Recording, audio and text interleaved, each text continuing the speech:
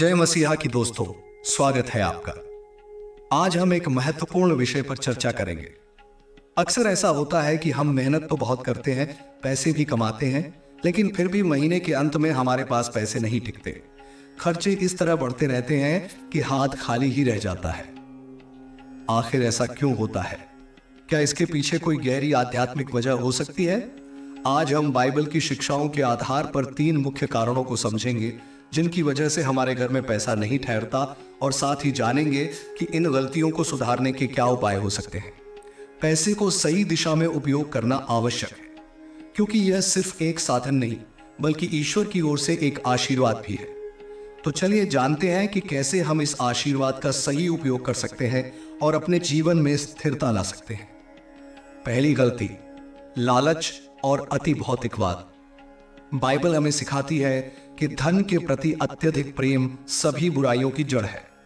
जब हम पैसे के पीछे अंधाधुंध दौड़ते हैं और अधिक से अधिक भौतिक वस्तुएं जुटाने की लालसा करते हैं, तो हम अपनी सीमाओं से अधिक खर्च करने लगते हैं। अक्सर लोग दूसरों की देखा देखी महंगे कपड़े, गाड़ियां और अन्य वस्तुएं खरीदते हैं जिनकी उन्हें सच में जरूरत नहीं होती। ये चीजें हमें क्षणिक खुशी तो देती हैं, परंतु आर्थिक रूप से कमजोर भी बना देती हैं। समाधान, बाइबल में कहा गया है कि हमें अपने लालच पर नियंत्रण रखना चाहिए और एक साधारण जीवन जीना चाहिए। अपने पास जो कुछ है उसी में संतुष्ट रहें। खर्चों का हिसाब रखने के लिए बजट बनाएं और समझें कि कौन सी चीजें सच में जरूरी हैं। इस बदलाव से आप अपने धन का सही उपयोग कर पाएंगे और आर्थिक स्थिरता ला पाएंगे। दूसरी गलती, दान न करना और जरूरतमंदों की अनदेखी करना। बाइबल हमें सिखाती है कि धन का उपयोग केवल अपने लिए नहीं बल्कि दूसरों की सहायता के लिए भी करना चाहिए। जब हम अपनी संपत्ति का कुछ हिस्सा दान करते हैं तो ईश्वर हमें और आशीर्वाद देते हैं। दान से हमें संतोष प्राप्त होता है और यह समाज की उन्नति में भी हमारा योगदान बनता है। समाधान, आप अपने बजट में एक हिस्सा दान के लिए अलग रख सकते हैं। यह दान किसी संस्था, गरीब परिवार या जरूरतमंद की शिक्षा के लिए हो सकता है। भारतीय समाज में भी यह परंपरा है कि आय का कुछ हिस्सा दान में लगाया जाए। इससे हमारे जीवन में संतोष और स्थिरता आती है। तीसरी गलती, गलत संगति और बुरे कर्मों में पैसा खर्च करना। बाइबल में कहा गया है कि जो बुद्धिमान के साथ चलता है वह भी बुद्धिमान बनता है, लेकिन जो मूर्खों की संगति करता है वह विनाश को प्राप्त होता है। बुरी संगति का हमारे जीवन और धन पर नकारात्मक असर पड़ता है। गलत संगति के कारण हम अपना धन हानिकारक आदतों जैसे जुआ, शराब और अन्य नशों में बर्बाद कर देते हैं। समाधान, अच्छे और सही संगति का चयन करें जो आपको सही मार्ग पर ले जाए। अपने धन का उपयोग ऐसी चीजों में करें जो आपके और आपके परिवार के लिए स्थिरता और सुख लेकर आए। ईश्वर पर विश्वास और प्रार्थना का महत्व। इन 3 गलतियों से बचने के लिए सबसे महत्वपूर्ण है कि हम ईश्वर पर विश्वास रखें। बाइबल में कहा गया है, पहले ईश्वर के राज्य और उनकी धार्मिकता की खोज करो और बाकी सभी चीजें तुम्हें मिल जाएंगी। प्रार्थना से न केवल मन को शांति मिलती है बल्कि हमारे जीवन में सकारात्मकता और स्थिरता भी आती है। तो दोस्तों, आज हमने जाना कि बाइबल के अनुसार कौन सी गलतियां हमारे घर में धन को स्थायित्व नहीं देती। लालच और भौतिकवाद, दान न करना और बुरी संगति। इन गलतियों को सुधार कर हम अपने जीवन में आर्थिक और आध्यात्मिक स्थिरता प्राप्त कर सकते हैं। अगर आपको यह वीडियो अच्छा लगा हो तो हमारे चैनल को सब्सक्राइब करना न भूलें। धन्यवाद। बाइबल और आध्यात्मिक दृष्टिकोण से जीवन में धन के प्रबंधन पर गहराई से समझने के लिए हमें न केवल आर्थिक पहलुओं को बल्कि मानसिक, भावनात्मक और आध्यात्मिक प्रभावों को भी ध्यान में रखना चाहिए। इस विस्तृत लेख में हम उस बाइबल के सिद्धांतों और मार्गदर्शन को और भी गहराई से समझेंगे जो धन, संपत्ति और आशीर्वाद के बारे में हमें सिखाते हैं। हम यह देखेंगे कि क्या कारण है कि धन हमारे पास टिकता नहीं और कैसे हम अपनी जीवन शैली, विचारधारा और आदतों को बदलकर इसे स्थायित्व प्रदान कर सकते हैं। 1. लालच और भौतिकवाद, जीवन की असली संतुष्टि के विपरीत। बाइबल में लिखा गया है कि पैसे का प्यार सभी बुराइयों की जड़ है। 1 तीमुथियुस 6:10। इस वाक्य का अर्थ यह है कि जब हमारी प्राथमिकता केवल धन और भौतिक वस्तुओं की प्राप्ति होती है तो हम अपने जीवन के उद्देश्य से भटक जाते हैं। इस दुनिया में बहुसंख्यक लोग अपने जीवन का अधिकांश समय और ऊर्जा पैसे कमाने में लगाते हैं और उनकी मानसिकता केवल भौतिक सुख सुविधाओं को हासिल करने की होती है। लेकिन बाइबल हमें यह सिखाती है कि असली सुख और संतोष पैसे में नहीं बल्कि ईश्वर की आशीर्वाद में है। धन के प्रति हमारी सोच और लालच की समस्या। हम सभी के भीतर एक प्राकृतिक प्रवृत्ति होती है कि हम और अधिक चाहते हैं, अधिक प्राप्त करना चाहते हैं। यह लालच हमें भौतिक वस्तुओं की ओर आकर्षित करता है, लेकिन इसके साथ ही यह हमें संतोष और आंतरिक शांति से दूर ले जाता है। हम भौतिकवाद की जकड़ में फंसकर अपनी सीमाओं से बाहर जाकर खर्च करने लगते हैं, जैसे महंगे कपड़े, गाड़ियां, महंगे गैजेट्स आदि खरीदना। यह समाज में एक प्रकार का दिखावा करने की मानसिकता पैदा करता है। परिणाम स्वरूप हम जो कुछ भी कमाते हैं वह केवल बाहरी दिखावे के लिए खर्च हो जाता है और हमारे पास जीवन में स्थिरता और संतोष नहीं होता। समाधान: साधारण जीवन जीना और संतुष्टि प्राप्त करना। बाइबल के अनुसार हमें अपनी लालच पर काबू पाना चाहिए और साधारण जीवन जीने की आदत डालनी चाहिए। इसका मतलब यह नहीं है कि हमें कोई भी भौतिक सुख सुविधाएं छोड़ देनी चाहिए, बल्कि इसका अर्थ है कि हमें अपनी प्राथमिकताएं सही रखनी चाहिए और जो कुछ भी हमारे पास है उसमें संतुष्ट रहना चाहिए। एक बजट बनाना और उसी के अनुसार खर्च करना हमारी वित्तीय स्थिरता के लिए जरूरी है। हमें अपनी आवश्यकताओं और इच्छाओं में फर्क करना सीखना होगा। बाइबल में यह भी कहा गया है कि जब हम अपने धन को सही दिशा में लगाते हैं तो हम ईश्वर के आशीर्वाद को आकर्षित करते हैं और वह धन हमसे दूर नहीं जाता।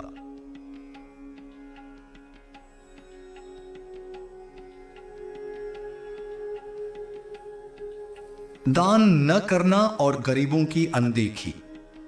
आशीर्वाद की कमी। बाइबल में बहुत से स्थानों पर दान देने और जरूरतमंदों की सहायता करने की बात की गई है। मत्ती 25:40 में लिखा है, जो कुछ तुमने मेरे इन छोटे भाइयों में से एक के लिए किया वह तुमने मेरे लिए किया। जब हम गरीबों और जरूरतमंदों की मदद करते हैं तो हम न केवल उनका भला करते हैं बल्कि हम अपनी आत्मा को भी शांति और संतोष प्रदान करते हैं। दान और उदारता का महत्व। किसी व्यक्ति का धन केवल व्यक्तिगत सुख सुविधाओं के लिए नहीं होता। बाइबल हमें सिखाती है कि हमें अपने धन का एक हिस्सा दान करने के लिए आरक्षित रखना चाहिए। यह दान किसी गरीब परिवार की मदद करने के रूप में, किसी स्कूल की शिक्षा को बढ़ावा देने के रूप में या किसी धार्मिक कार्य में किया जा सकता है। बाइबल में यह भी कहा गया है कि जो उदारता से देता है उसे और अधिक मिलता है। लूका 6:38। दान करने से न केवल हम अपनी सामर्थ्य का सही उपयोग करते हैं बल्कि हम अपने समुदाय और समाज के प्रति अपनी जिम्मेदारी भी निभाते हैं। यह समाज में सामूहिक उन्नति और समृद्धि का कारण बनता है। जब हम केवल अपने लिए जीते हैं और गरीबों की अनदेखी करते हैं तो यह हमारे आत्मिक स्वास्थ्य पर भी बुरा प्रभाव डालता है। हमें यह समझने की आवश्यकता है कि जितना हम दूसरों के लिए देते हैं उतना ही हमें आशीर्वाद और संतोष मिलता है। समाधान: दान की आदत डालना। आप अपने मासिक बजट का एक छोटा हिस्सा दान के लिए अलग रख सकते हैं। यह दान किसी संस्था को, किसी गरीब परिवार को या किसी व्यक्ति को शिक्षा या स्वास्थ्य के लिए भी हो सकता है।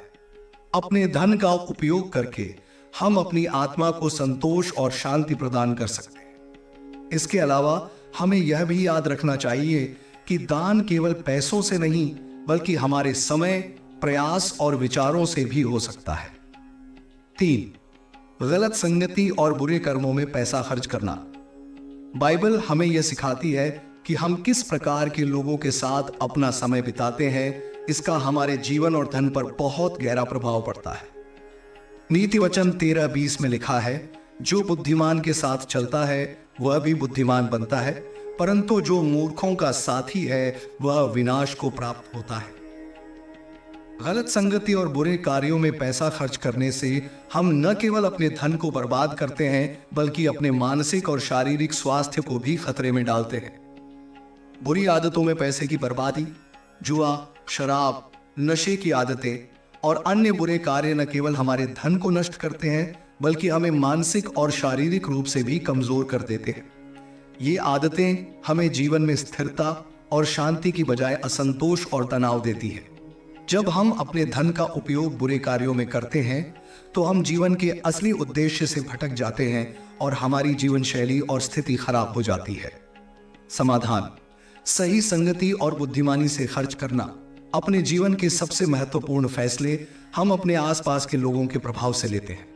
इसलिए यह जरूरी है कि हम उन लोगों के साथ समय बिताएं जो हमारी उन्नति चाहते हैं और हमें सही दिशा में मार्गदर्शन करते हैं। हमें अपने धन का उपयोग उन चीजों में करना चाहिए जो हमारे जीवन में स्थिरता और सुख लेकर आए। आप अपना धन अच्छे निवेशों में लगा सकते हैं या इसे अपने परिवार के भविष्य को सुरक्षित करने के लिए उपयोग कर सकते हैं। इससे न केवल आपका धन सुरक्षित रहेगा बल्कि आपका जीवन भी स्थिर और शांत रहेगा। 4. आध्यात्मिक दृष्टिकोण से धन का प्रबंधन। ईश्वर पर विश्वास। बाइबल हमें यह सिखाती है कि हमें अपनी प्राथमिकता हमेशा ईश्वर के प्रति समर्पण रखनी चाहिए। मत्ती 6:33 में लिखा है, पहले उसके राज्य और उसकी धार्मिकता की खोज करो और ये सब चीजें तुम्हें मिल जाएंगी। जब हम ईश्वर की इच्छा के अनुसार चलते हैं तो वह हमें आशीर्वाद प्रदान करता है। प्रार्थना और आशीर्वाद की आवश्यकता। प्रत्येक धर्म में प्रार्थना का महत्व बताया गया है और बाइबल भी हमें प्रार्थना में ईश्वर से अपने जीवन में आशीर्वाद और स्थिरता की कामना करने का मार्गदर्शन देती है। प्रार्थना से न केवल हमारे मन को शांति मिलती है बल्कि यह हमारे जीवन में सकारात्मकता और स्थिरता भी लाती है। प्रार्थना में सच्चाई और भक्ति का भाव होना चाहिए ताकि हम अपने जीवन में उन बदलावों को महसूस कर सकें जो हमें धन और समृद्धि की ओर ले जाएं। निष्कर्ष: आज हमने बाइबल के दृष्टिकोण से यह समझा कि कौन सी 3 गलतियां हैं जो हमें धन के स्थायित्व से दूर करती हैं। लालच और भौतिकवाद, दान न करना और गलत संगति में पैसे खर्च करना। इन 3 बुराइयों से बचकर और बाइबल के मार्गदर्शन के अनुसार अपने जीवन में बदलाव लाकर हम न केवल अपने धन का सही उपयोग कर सकते हैं बल्कि आध्यात्मिक और आर्थिक दृष्टि से समृद्ध भी हो सकते हैं। आध्यात्मिक दृष्टिकोण से धन का सही उपयोग करना और जीवन में स्थिरता प्राप्त करना एक लंबी प्रक्रिया है जो हमें अपने विचारों, आदतों और जीवन शैली में गहरे बदलाव लाने की आवश्यकता होती है। यदि हम बाइबल के सिद्धांतों का पालन करते हैं तो यह न केवल हमारी वित्तीय स्थिति को स्थिर करेगा बल्कि हमारे जीवन में संतोष, शांति और आशीर्वाद भी लाएगा। इस लेख के अगले हिस्से में हम और अधिक विस्तार से समझेंगे कि बाइबल में धन के प्रबंधन को लेकर और क्या सिखाया गया है और हम इसे अपनी दैनिक जीवन में कैसे लागू कर सकते हैं। 5. धन के सही उपयोग की दिशा में बाइबल के और सिद्धांत। जब हम धन को ईश्वर के आशीर्वाद के रूप में देखते हैं तो यह हमारे दृष्टिकोण को पूरी तरह से बदल देता है। हम धन को केवल एक साधन के रूप में नहीं बल्कि एक जिम्मेदारी के रूप में देखते हैं। बाइबल में कहा गया है, तुम्हें जो कुछ भी दिया गया है वह ईश्वर का दिया हुआ है। 1 कुरिन्थियों 4:7। जब हम यह समझते हैं कि हमारा धन ईश्वर का दिया हुआ आशीर्वाद है तो हम इसका उपयोग केवल अपने भौतिक सुख के लिए नहीं बल्कि दूसरों की भलाई के लिए भी करेंगे। बाइबल के अनुसार धन का सही उपयोग वही है जो हमें दूसरों की मदद करने, उनके जीवन को बेहतर बनाने और उनके दोषों को दूर करने में मदद करता है। ईश्वर की इच्छा के अनुसार धन का प्रयोग। बाइबल में कई जगहों पर यह कहा गया है कि हमें अपने धन का उपयोग दूसरों की भलाई में करना चाहिए। उदाहरण के लिए मत्ती 6:19-21 में कहा गया है, अपने लिए पृथ्वी पर खजाना न जमा करो जहां कीड़े और जंग उसे नष्ट कर देते हैं और चोर उसे चुरा लेते हैं, बल्कि अपने लिए स्वर्ग में खजाना जमा करो जहां न तो कीड़े उसे नष्ट कर सकते हैं, न ही जंग उसे खराब कर सकती है और न चोर उसे चुरा सकते हैं। इसका मतलब है कि हमें अपनी संपत्ति को ऐसे कामों में निवेश करना चाहिए जो स्थायी हों और समाज को लाभ पहुंचाए, जैसे कि गरीबों की मदद करना, शिक्षा और स्वास्थ्य के क्षेत्र में योगदान देना और धार्मिक कार्यों को समर्थन देना। 6. सही जीवन शैली, संतुलन और संयम की आवश्यकता। धन की स्थिरता और जीवन में संतुलन लाने के लिए संयम रखना भी बहुत जरूरी है। संयम का मतलब केवल यह नहीं है कि हम अपनी इच्छाओं और भौतिक वस्तुओं से दूर रहें, बल्कि इसका मतलब यह भी है कि हम अपनी जरूरतों और इच्छाओं के बीच संतुलन बनाए रखें। बाइबल में यह सिखाया गया है कि हमें अपनी इच्छाओं को नियंत्रित करना चाहिए ताकि हम अपने जीवन को संतुलित और संयमित रख सकें। संयम की भूमिका। बाइबल में कहा गया है, जो व्यक्ति संयमित है वह अपनी आत्मा को शांति और संतुलन में रखता है। नीति वचन 16:22। संयम का अभ्यास करने से हम अपने जीवन को बेहतर तरीके से व्यवस्थित कर सकते हैं और इस प्रक्रिया में अपने धन को भी संतुलित तरीके से खर्च कर सकते हैं। संयम रखने से हम अपने लिए और दूसरों के लिए एक बेहतर भविष्य बना सकते हैं। इच्छाओं और आवश्यकताओं में अंतर। हमारी बहुत सी इच्छाएं होती हैं जो हमारे लिए आवश्यक नहीं होती। हमें अपनी इच्छाओं और आवश्यकताओं में अंतर समझना चाहिए। बाइबल में कहा गया है, जो कुछ तुम चाहते हो वह सब तुम्हारे लिए अच्छा नहीं होता। याकूब 4:3। इसलिए हमें अपनी इच्छाओं को नियंत्रित करने की आवश्यकता है। इस तरह हम अपने पैसे का सही उपयोग कर पाएंगे और धन को केवल आवश्यक चीजों पर खर्च करेंगे, न कि भौतिक वस्तुओं और दिखावे पर। 7. धन का भविष्य के लिए सही निवेश।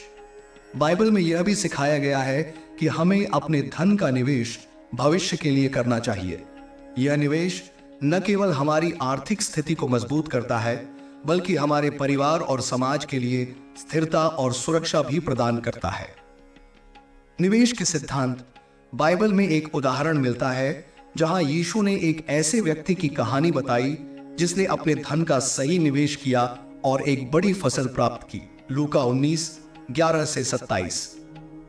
इस कहानी से यह सीखने को मिलता है कि हमें अपने संसाधनों का सही निवेश करना चाहिए। यही कारण है कि आजकल के समय में निवेश करना और भविष्य के लिए बचत करना बहुत महत्वपूर्ण हो गया है। सही निवेश से हम न केवल आर्थिक रूप से आत्मनिर्भर बन सकते हैं, बल्कि आने वाली पीढ़ियों के लिए एक मजबूत वित्तीय आधार भी तैयार कर सकते हैं। परिवार के भविष्य को सुरक्षित करना। अपने परिवार के भविष्य के लिए धन का सही उपयोग करना हमारी जिम्मेदारी है। बाइबल में कहा गया है, जो व्यक्ति अपने परिवार के लिए अच्छा काम नहीं करता वह विश्वास से भी अधिक महत्वहीन होता है।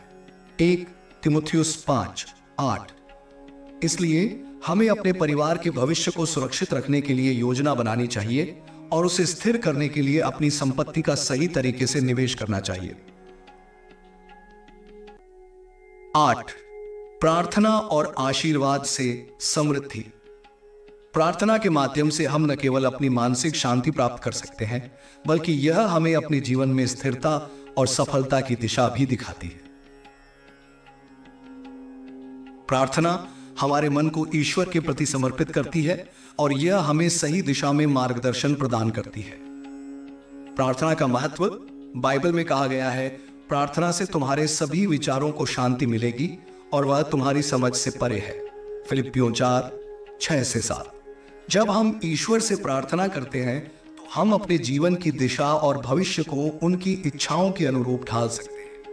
प्रार्थना हमें यह समझने में मदद करती है कि हमें क्या करना चाहिए और कैसे अपने धन को सही तरीके से खर्च करना चाहिए। ईश्वर के आशीर्वाद से समृद्धि।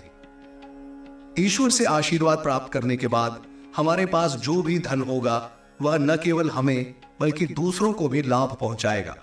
बाइबल में यह कहा गया है कि जो लोग ईश्वर के आशीर्वाद से समृद्ध होते हैं उन्हें दूसरों की मदद करनी चाहिए।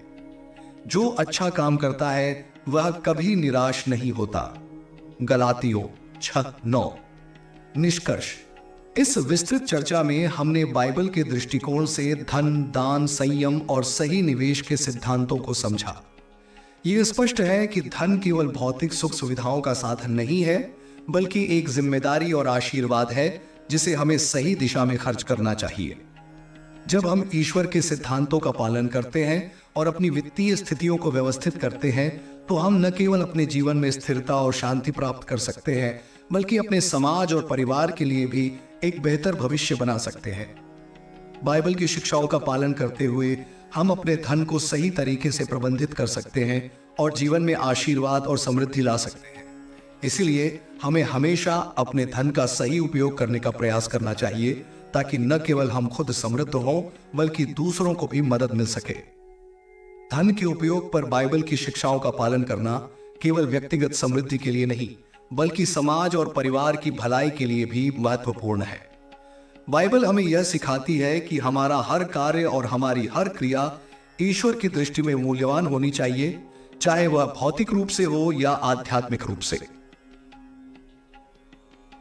आइए इस विषय को और गहराई से समझने का प्रयास करते हैं और देखते हैं कि बाइबल से हम किस प्रकार और क्या सीख सकते हैं ताकि हमारा जीवन अधिक समृद्ध और संतुलित हो सके। 9. धन के प्रबंधन में प्रभु पर विश्वास। हमारे धन का प्रबंधन और उसका सही उपयोग हमेशा ईश्वर पर विश्वास और निर्भरता से जुड़ा होता है। बाइबल में कहा गया है कि हम धन को केवल अपने प्रयासों से नहीं बल्कि ईश्वर की आशीर्वाद से प्राप्त करते हैं।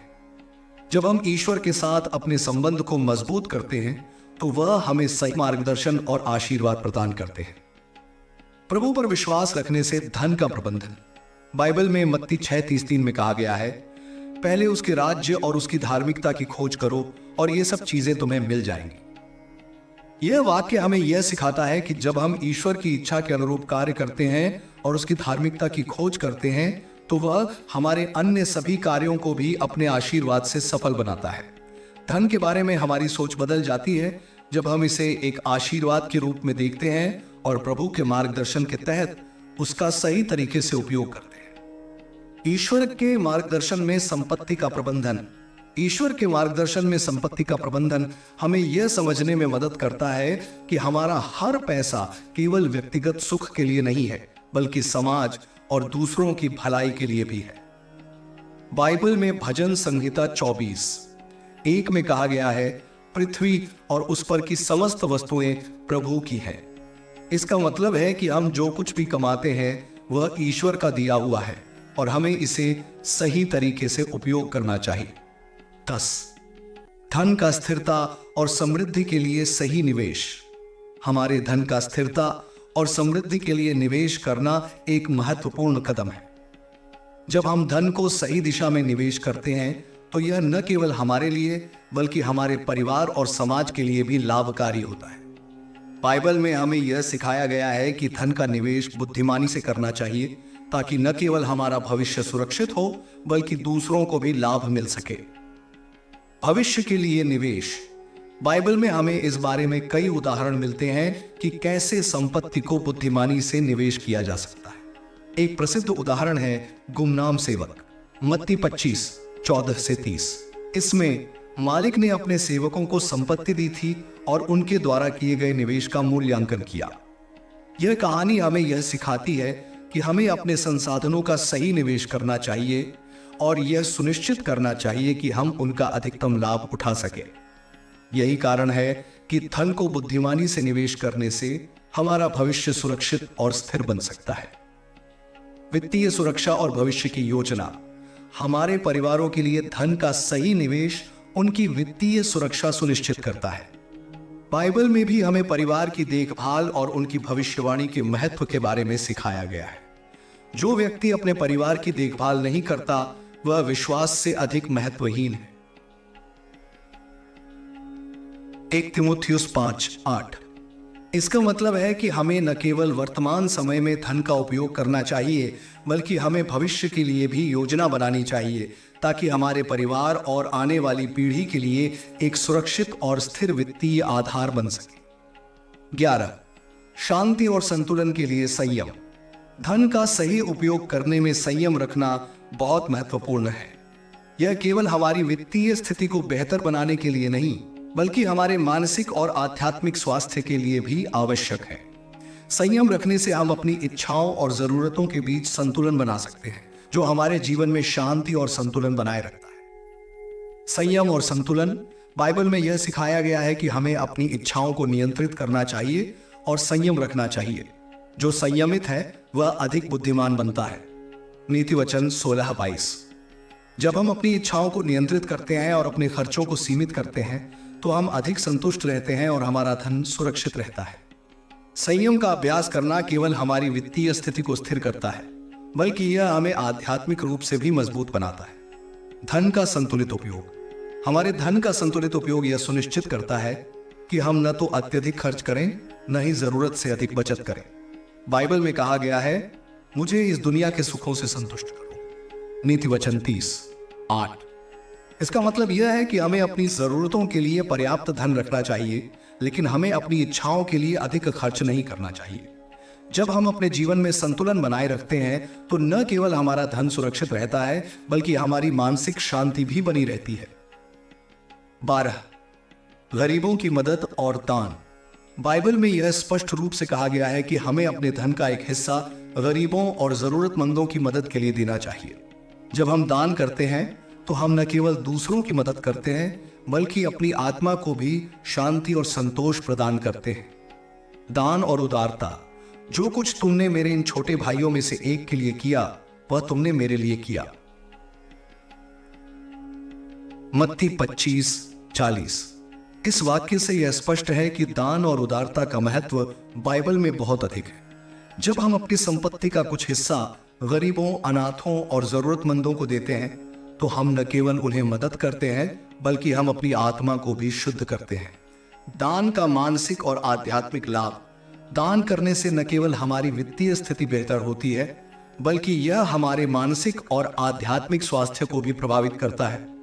बाइबल में कहा गया है, दाता को कभी नहीं पछताना चाहिए। 2 कुरिन्थियों 9:7। इसका मतलब है कि जब हम दिल से दान करते हैं तो हमें किसी प्रकार की निराशा या पछतावा नहीं होता। दान करना हमारी आत्मा को शांति और संतोष प्रदान करता है, जो अंततः हमें धन की स्थिरता और समृद्धि प्रदान करता है। निष्कर्ष।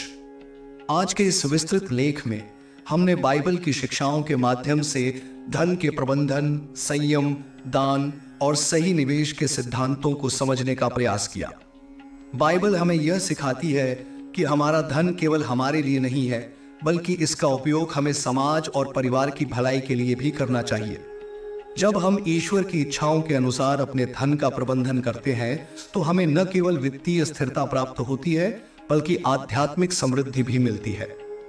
यदि हम बाइबल की शिक्षाओं का पालन करें तो निश्चित ही हमारा धन हमारे पास रुकेगा और हम जीवन में आशीर्वाद और स्थिरता का अनुभव करेंगे।